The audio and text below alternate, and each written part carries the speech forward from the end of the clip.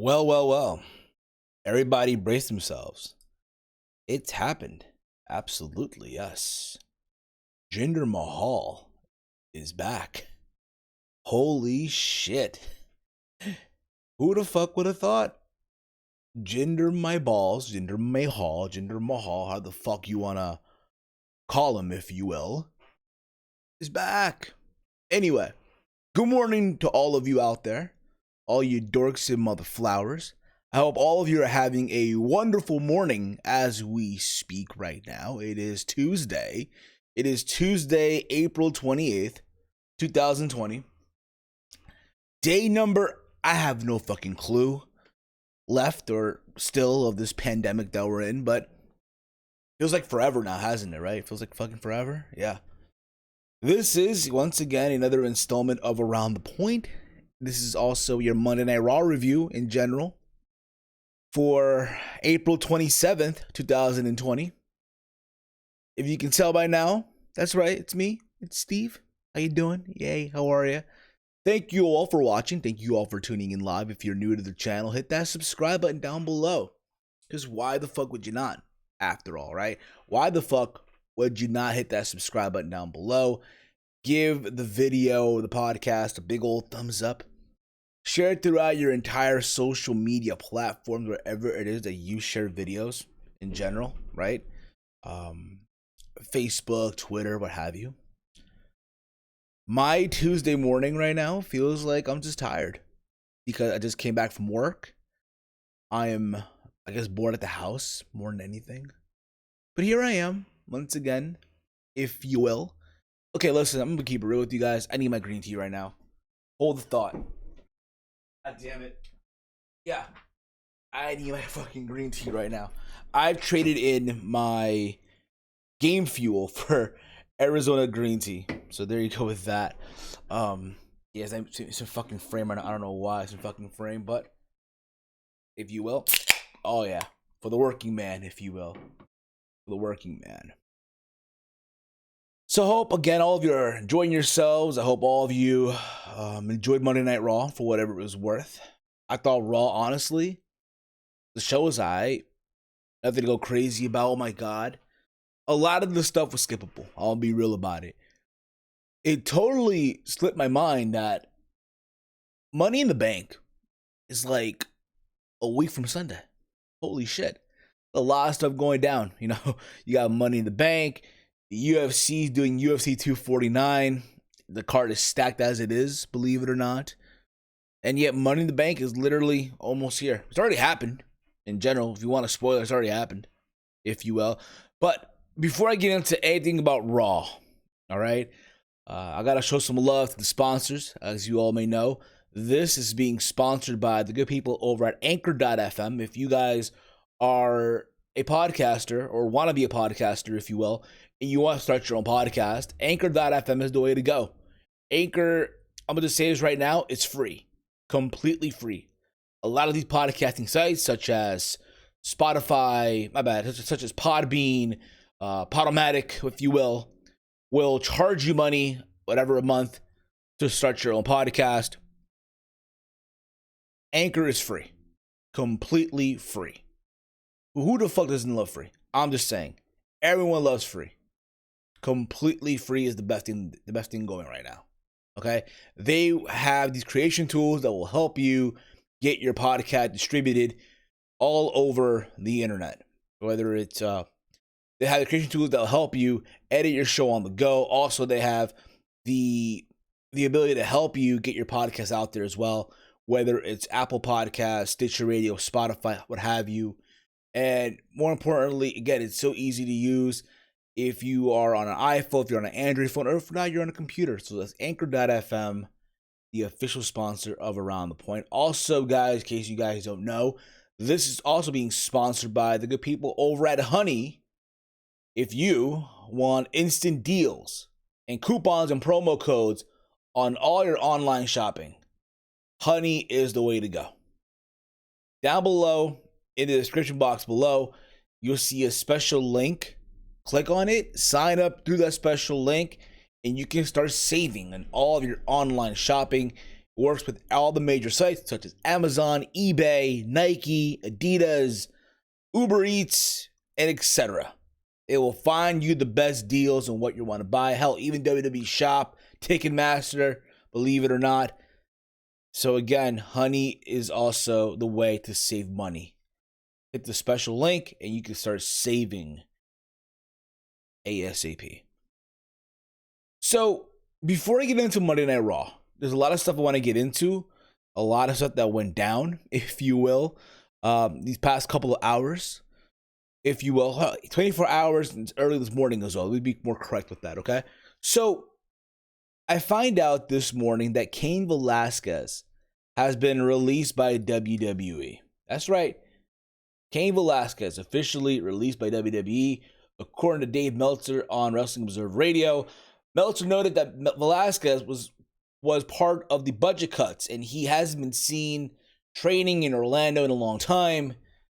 The last time he was seen on WWE television, obviously you all remember, was this past November for Crown Jewel, where he and Brock went at it one-on-one in a rematch from UFC 121 for the WWE title, where obviously Cain Velasquez lost with like one fucking Kimura lock and he tapped out. And after that, he hasn't been seen since. And it's crazy to think, right? When they brought him in, right? They brought him in on the debut of Fox, right? When they were on Fox and Brock beat Kofi in like 8 seconds and everyone was upset about that. And then out came Cain Velasquez, and I enjoyed it for what it was. Like, I marked that when Cain came out. I know a lot of people frowned on it. A lot of the diehard wrestling fans frowned on Cain Velasquez. In case you guys don't know, Cain signed a multi-year deal with WWE. But the contract allowed WWE to cut anyone at any time. So that's what happened here. It's crazy to think, because you remember, Cain Velasquez debuted on Triple Mania in AAA prior to coming to WWE. He was in that 6-person tag. It was, I believe it was Cody with Cain and I think Psycho Clown. That's what I remember. And it took on the team of Killer Kross and 2 other guys whose name I don't even know. Again, I don't watch them on AAA. I'm not going to say pretend like I'm this AAA expert and shit. But that was Cain's debut, and he was amazing. He was doing all these moves and shit, and it fucking worked. He comes to WWE, and keep this in mind, there was interest from AEW to bring him in. Granted, I'm pretty sure AEW would have used him more, would have took advantage of who he is and all that stuff and put him out there on television. But WWE grabbed him. They took him out to Saudi Arabia for like a celebrity aspect. Oh, here's a celebrity, Cain Velasquez, former UFC heavyweight champion, the guy that beat Brock Lesnar. And that's what the selling point. This is the guy that beat Brock. And granted, can you imagine if Cain was doing the stuff that he was doing in AAA here in WWE? Granted, to my understanding as well, he did sign the WWE having a knee injury. He did need surgery, to my understanding, as far as I remember. So now that he's, again, it's part of life, I guess. You know, hey, you get let go, you get released, and this happens. But it's so weird, though. Like, yo, here he comes. He comes in, right? And it's like an awesome sauce. All right, they're bringing him in. They're going to do something. They're going to do stuff with him, right? Hell, there was even talk that he was going to be part of the Royal Rumble. And I remember that he was supposed to be in it. But I think what, I guess, fucked over Cain was the fact that, yeah, he was, he did an interview, I think, in the UK. And he talked about being in the Rumble before it was even announced. Like, he talked about the Rumble, I think, like, early on, and he talked about being in the Rumble and doing this, doing that, and WWE pulled the plug. Again, it's short-lived. It's really, really short-lived. Like, I guarantee you won't remember it years to come. But it's like, yeah, he did have that stint in WWE. To think that his only match was against Brock Lesnar for the WWE title, that sink in as well, people. And now he's gone. I'm pretty sure I'm pretty sure he'll still want to wrestle.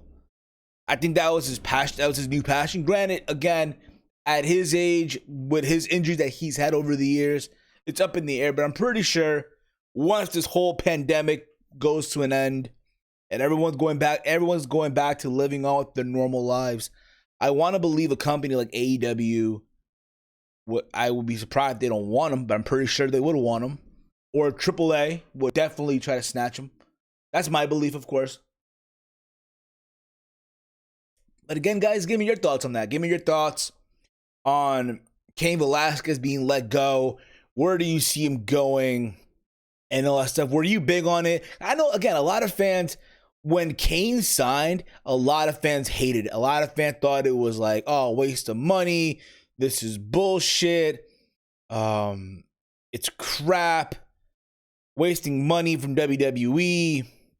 I heard everything. Again, a lot of people that were saying that were the diehard wrestling fans that was shit on UFC, shit on MMA. But whenever Ronda fought, whenever, Ronda would fight, or whenever fucking or Conor McGregor would fight, oh, this is it. I'm watching the fight. But that's wrestling fans for you, though. You know what I mean? As corny as they may sound. I hope I'm coming off good on the audio. Again, I did some adjustment to my mic. Awesome. Awesome sauce. I'm coming out good as well. So there's that. He's gone. Best of luck in future endeavors, pal. At the same time, hey, listen, if they're trying to save money, I guess so. I mean, God knows how much money they threw at Kane. No one really knows. But moving on from that. I'm pretty sure yesterday the big news came out from the good people over at 2K. As you guys know, WWE 2K21 is no more. It's done. It's canceled this year. It's canceled. So people are wondering, okay, what's going to happen now? Will there even be a game? And apparently 2K yesterday issued a statement on their website. This is the statement, and it says the following in quote. Hello, from everyone at 2K. We hope that you and your families are all well and safe. We also hope our games and the vibrant community that you have created around them are continuing to bring you joy and help you stay connected and engaged during these uncertain times. We are extremely fortunate to be in the entertainment industry, and it's a privilege and responsibility we don't take lightly. With that in mind, we've got news to share in the world of WWE 2K video games and want to give you a candid look at the road ahead. Let's begin with the surprise. We've got 2 words for you. Oh my God, how many people have threw this phrase before? New game. We're thrilled to introduce you to WWE 2K Battlegrounds, a completely new WWE gaming experience that will feature arcade-style action and over-the-top superstar designs, environment, and moves. We are focusing on social pick-up and play fun, but with plenty of depth for those who want to get way into it. Get way into it. Now, I did see the trailer. Like everyone else, I saw the trailer for the game, and it's basically an arcade style of the game. You're fighting in a rainforest. There's a thing where rock through John Cena to be fed to an alligator. And stuff like that. And listen, I wrote on Twitter, I did like a quote tweet, like what the actual fuck. Now, when I said that, it could mean a lot of things. It could come off like I'm shitting on it. It could come off like, what the fuck? And when I wrote that, I didn't mean to come off like I'm shitting on the game. Because honestly, listen, I'm about to be 30 in a couple of months. I turn 30, right? I'm too old to be shitting on a video game or anything like that. Granted, I know a lot of people who were not happy with 2K20. That's fine. I didn't buy the game at all. I spent most of my time playing FIFA and PES and shit like that. That being said, listen, I know for a lot of people out there that have been wanting an arcade game for a while, they finally got it. I know it's funny because I go on Twitter yesterday, right? And I see people tweeting about this, and a good majority of people are crapping on the game. Like, oh, this is stupid, this is dumb. Granted, for a long time, people wanted the arcade feel. So they finally got it. Will I be buying the game? Honestly, no. I don't think I am. I don't see myself purchasing the game per se. I mean, granted, who knows really? But it reminds me of WWE All Stars. It looks like that. So I look forward to seeing all the content creators who rely on WWE 2K Gaming to make their income, making their videos and breakthroughs and shit like that. I know Chris Danker on Twitter yesterday was losing his mind. Oh, this is awesome. This is great. I mean, again, there's people that like it, people that hate it. You're going to get a mixed bag of everything. That's the beauty of all this shit. So take that for what it's worth. Anyway, now also there's been announced that Gerald Briscoe been released by WWE. Apparently he's been furloughed. Let me correct myself. He's been furloughed, so likely he'll be coming back once everything is back to fucking normal, back to everything running and shit. At the same time, like, yo, he should be staying at home anyway. He's up there in age and all that stuff, so it's important. Anyway, moving on here, let's get into Monday Night Raw. I know a lot of you have been out. This is what you're here for. The Raw, my overall thoughts on the show. I thought, again, overall, the show was all right. A lot of stuff that you'll forget, skippable stuff, if you will. Money in the Bank is a week from Sunday. This show gave me excited for the pay-per-view. Not really. I will say this. I did enjoy the contract signing between Drew McIntyre and Seth Rollins, even though I still feel that Seth Rollins doesn't deserve a WWE title match. The whole concept is stupid. The fact that Drew is challenging Seth, to me, is stupid as shit. And one more thing, yeah, Nia Jax is still terrible. The Viking Raiders are about to get another tag team title shot. Oh yeah, and by the way, in case I didn't mention this earlier, in case you don't talk about the thumbnail, Jinder Mahal is back. Yay! So again, guys, give me your thoughts in the comment down below. Your thoughts on Raw. Did you enjoy the show or not? Or not, let me know on Twitter at HeelSteven.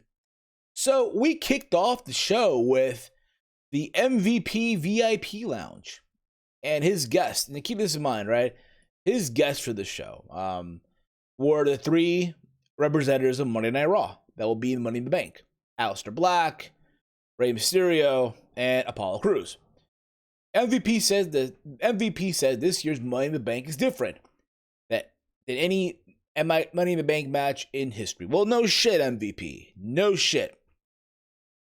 And MVP asked Black and Mysterio what winning the match will mean to them. But in classic fashion, MVP answers for them.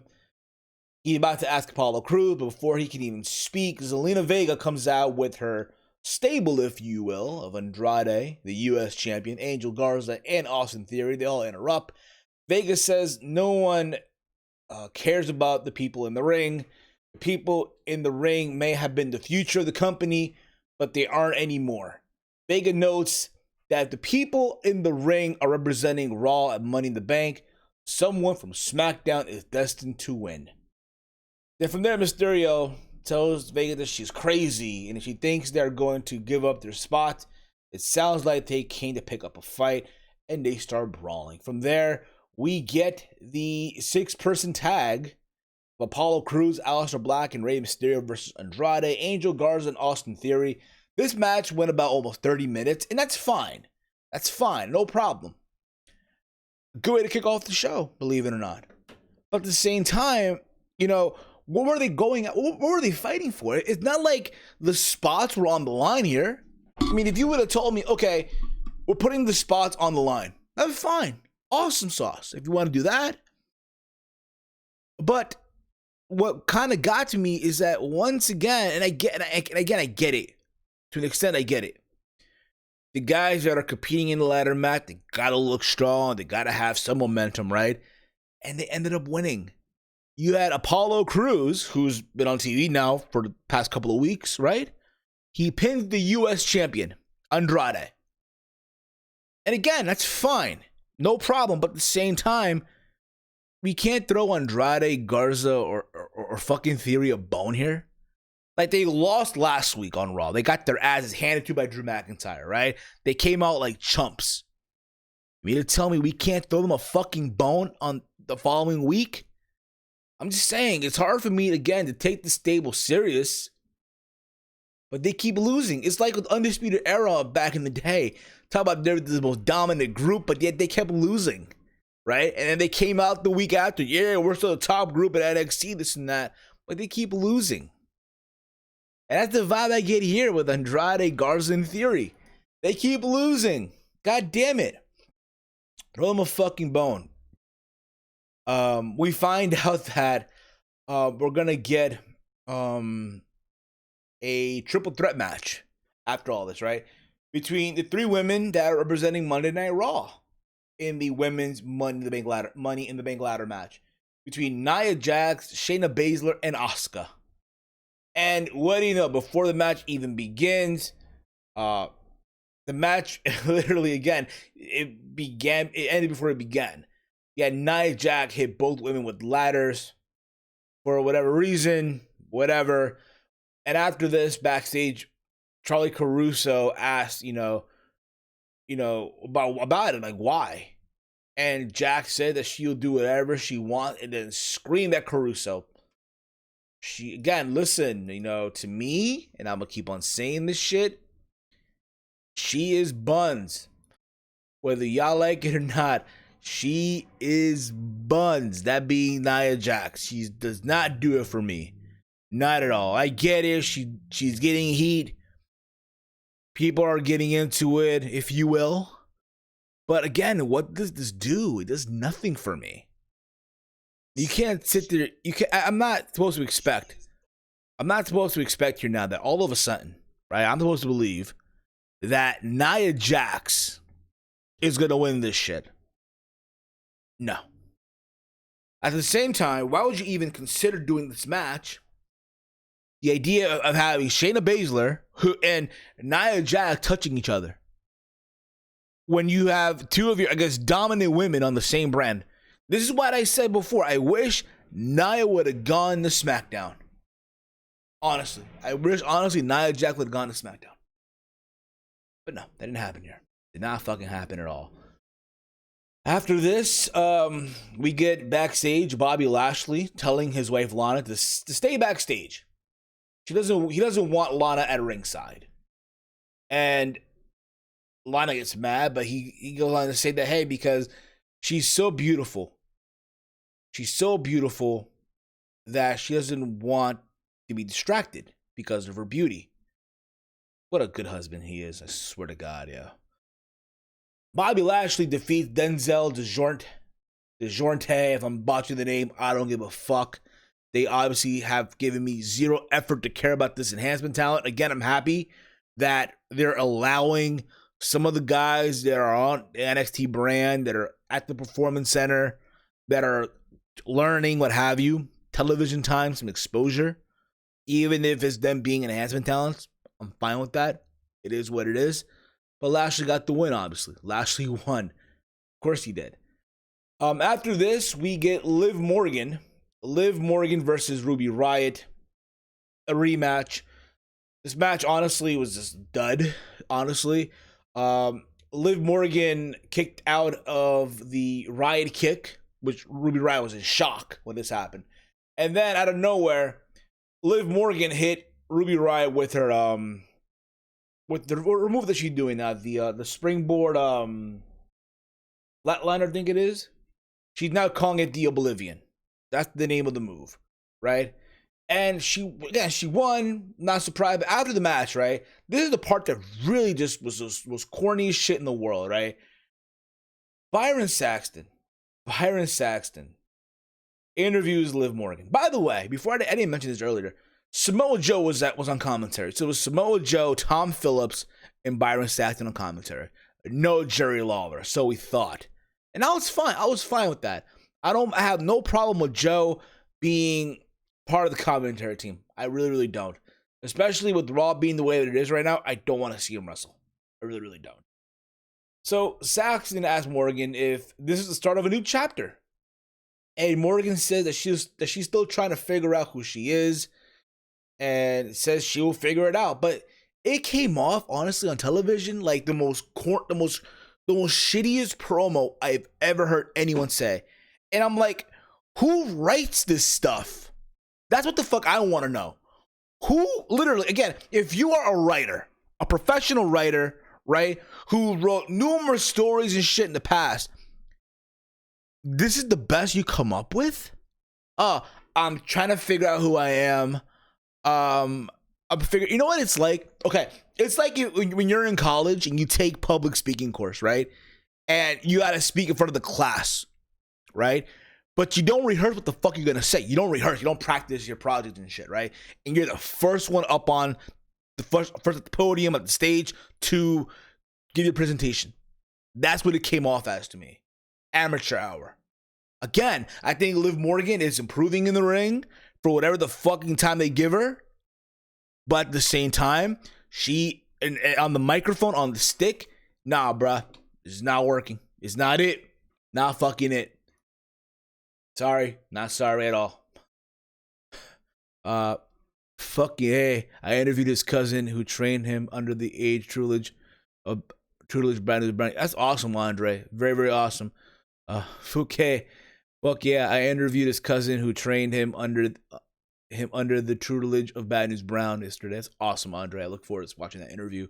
One of those come out on your channel, WrestlingWithWrestling.com with Andre Corbeil. So where was I here? Where was I? Holy shit, I should never waked and baked. I should have never done that. I should have not waked and baked, people. God damn it. So there was that. There was that. And apparently also backstage, we have Andrade with Zelina Vega being interviewed. And Charlie asked Andrade what happened. And Andrade said that his partners failed him, right? But Andrade goes on to say as well that they couldn't beat him, that being Mysterio or Apollo Crews or Aleister Black, they couldn't beat Andrade in a title match. And then out comes Apollo Crews. He shows up and he's like, because again, he pinned Andrade. He pinned him, right? And he gets himself a U.S. title match right then and there on the spot for tonight. But before that even happened, we hear, obviously, the slap. Apollo Crews slaps Andrade. And it's not like a typical slap. Like, you heard the noise of it. It's like being in class, right? And you hear like a giant clap, right? That literally has everyone's head moving. It's like, what the fuck? Like that, almost. And it was loud. It was loud. Now I've seen bitches slap before. Other bitches. Damn, yo. A lot of you bitches should take notes. Just saying. Just take fucking notes. Okay? But there was that. There was that. But again, we got a guaranteed U.S. title match for later on in the night. It's not like he was going to win anyway. Just saying. We then get, oh boy, the part. My boy's back. Jinder Mahal. Jinder, my balls, is back. My boy Jinder. Jinder Mahal. Jinder, my balls. Jinder Mahal is back. The modern day Maharaja is back. It is funny because they play little highlights of him and they mention former WWE champion, which they've never done before. Granted, we all know that he is, but when the last time that they said, oh, he's a former WWE champion? Rare. They'll say U.S. champion, 24/7 champion. Hell, when you think about it, right? Jinder Mahal is sort of like a Grand Slam, right? He won the WWE title, the US title, 24/7 title. He's a triple crown champ right now, as far as I'm concerned. Triple crown. Hey, not bad. So, Jinder Mahal comes out. He's sporting a new haircut. He shaved off his long Jerry curl. It's gone. It's a shaved head. And he just demolishes Akira Tozawa.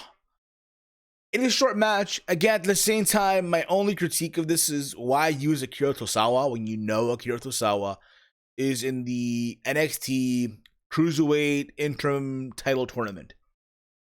But you know you're going to watch him. You want to take him serious. Even though, granted, I don't think he did win his last match. He did win his match against freaking Isaiah Swerve Scott, right?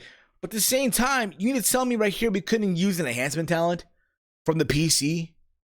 Why use someone that's in a tournament, right? You want people to get behind him in that said tournament. I'm just saying, okay? But Jinder won. I predict the way this is going, right, that we need someone to challenge Drew. And what better person than Jinder Mahal? And listen, I know It's not what people want to see. I'll agree. I'll agree. Okay. Jinder's title run in 2017 was shit. I am not gonna lie on that one. But at the same time, if you're to ask, yo, Steve, Kofi's run or Jinder's run, right? Both not memorable. Granted, I was there when Kofi won the belt. I was there. Awesome feeling. But I'm gonna choose Jinder's run over Kofi's run, if you will. I don't think Jinder's winning the belt anytime soon, but I just think honestly you need someone to challenge Drew until you get to SummerSlam. I'll even go one step further. I would have had Jinder challenge Drew now and save the Rollins match for SummerSlam. That's what I would have done. But it is what it is. Okay? So there's that. Where people get upset with me. Holy cow, how dare you, Steve? How dare you say that? And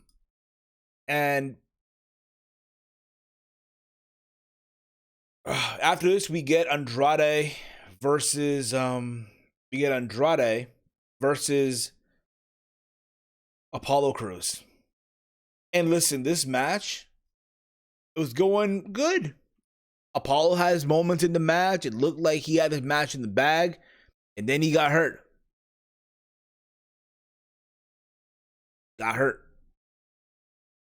Apparently, he fucked up his knee. I'm pretty sure they were just selling it or something. But it ended with a referee stoppage. The referee stopped the match because Apollo Crews' knee got fucked up. And then backstage, you see him in crutches. He's crying his eyes out. We've seen this already.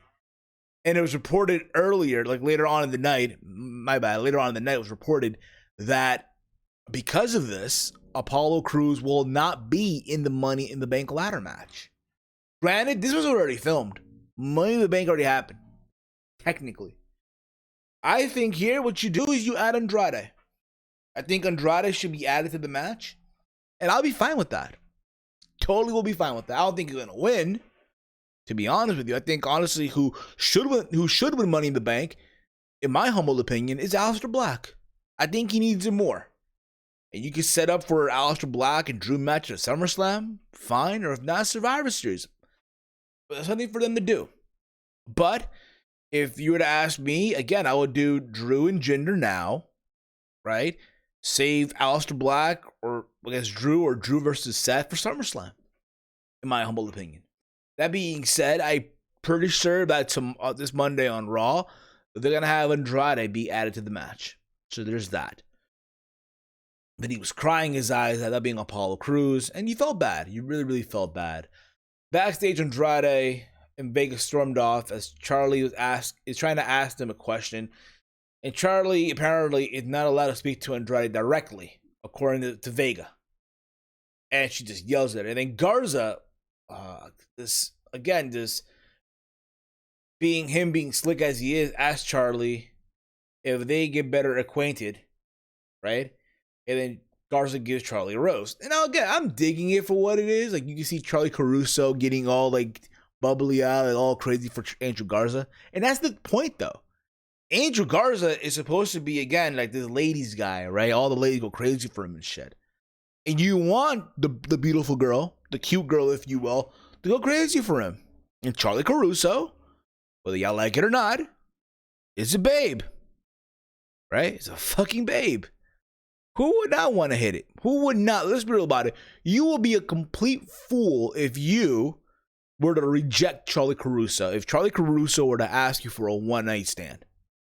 I'm just saying, if you were to say no to Charlie Caruso on a one-night stand, you and I cannot break bread in the same dinner table. I'm just saying that right now. So I look forward to seeing where this goes. We'll see. We shall fucking see, people. We get some video promos from the Street Profits and Viking Raiders. The Street Profits, as you all know, are the Raw Tag Team Champions. The Viking Raiders are challenging the Street Profits for a match for the Raw Tag Team titles. And this time they were serious. They were not in their car. They were not eating a turkey leg, right? So there's that, if you will.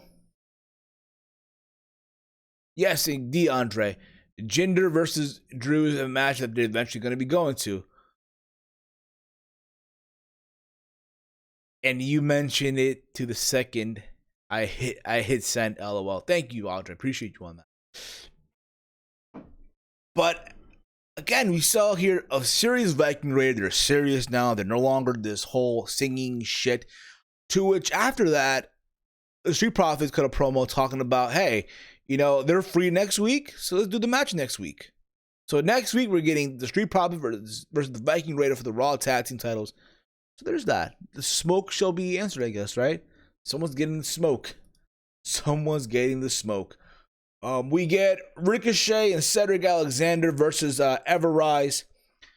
Obviously, Ricochet and Cedric got the win. After this, we saw MVP on the Titantron, and he's backing Shane Thorne and Brendan Vink, and set up a rematch between both teams, right, for next week. Now, I'm not gonna lie, I would have no issue to have Cedric Alexander and Ricochet pair up with MVP. That's just me, of course. But I don't mind seeing the match next week. I wonder where it's going to go. I mean, likely Ricochet and Cedric will get the win, and then MVP will dump Shane Thorne and Vince, like whatever. So there's that. There's that. And from there, where am I here? We get the contract signing for the WWE title match. And you guys know already how I feel about contract signing. I hate them.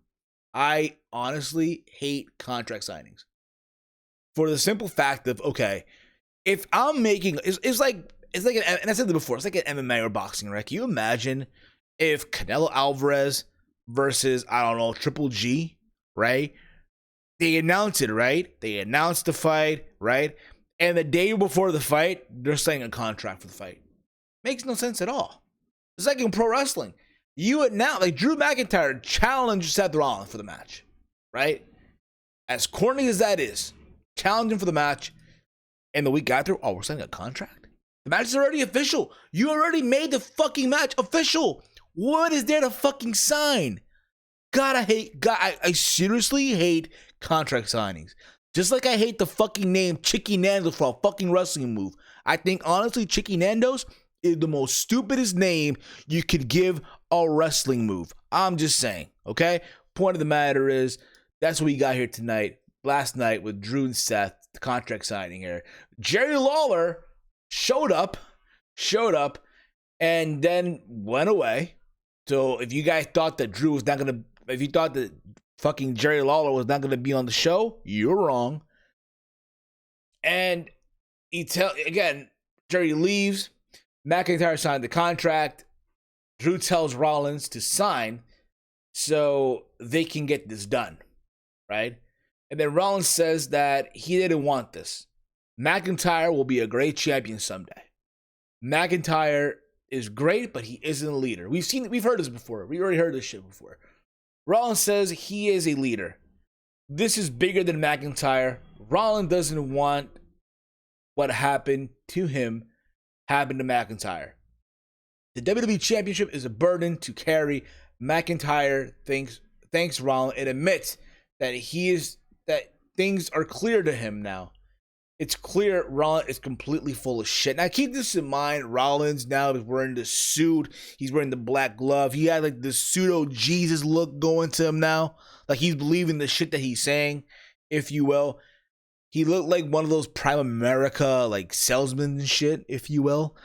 And McIntyre asked Rollins where his followers are. The fans turned on him too, basically. But it's never wrong. It never is Rollins' fault though. McIntyre said that he isn't going to let Rollins win the championship. McIntyre tells Rollins to shut his mouth forever. McIntyre says Rollins has an impressive talent for putting his foot in his mouth while his head is up his ass. Rollins says that money in the bank, the truth will be clear and McIntyre will be better for it. And McIntyre slams Rollins' head into the table. He then drops Rollins with the Glasgow kiss, or the kick, if you will.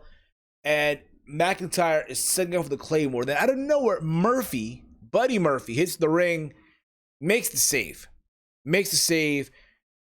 And Murphy and Rollins are hugging.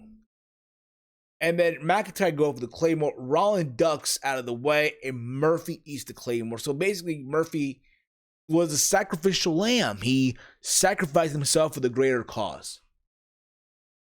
And honestly, I'm happy. I'm honestly happy that at least Murphy is there with Seth. I'm fine with that, believe it or not. So there's that. And I look forward to seeing what happens next week to some extent. And again, I don't agree with Rollins challenging for the championship. But there you go with that. Fuck boring Rollins. How can you miss somebody if they won't go away, as Jim Cornette says? And that's true. Very, very true, Andre. And also true to my Uncle Jim. Just saying. But that was Raw. Again, I thought Raw overall, the show is okay. All right, if you will. A lot of skippable stuff. Jinder Mahal is back. I'm calling it now. By the time we're in SummerSlam, this is Jinder versus Drew. Either at the PC or in Florida. Or if not, hopefully at TD Garden. Let's see what happens with that. Guys, give me your comments. Give me your thoughts in the comments below. Your thoughts on Raw overall. If you are new to the channel, hit that subscribe button down below. In case you guys don't know, it's this coming Thursday. It'll be episode number 3 of the Throwback. In case you guys don't know, myself and Big Mike, we are going back in time and reviewing retro pay-per-views from back in the day. Considering that me and Mike both have the WWE Network and Impact Plus. So you know we're going to be going with this. The good, the bad, and the ugh. Last week, myself and Big Mike recapped WCW Spring Stampede 1999. This week, we'll be reviewing SummerSlam 2002. And we'll see where we'll go from there. All right, so again, guys, if you're not yet subbed to the channel, hit that subscribe button down below. Hit the bell icon. Be notified when I upload a video, when I go live, and all that fun stuff. And that being said, guys, I am out like Janet's titties. I am out like Janet's titties. This is Steve. And this has been Around the Point.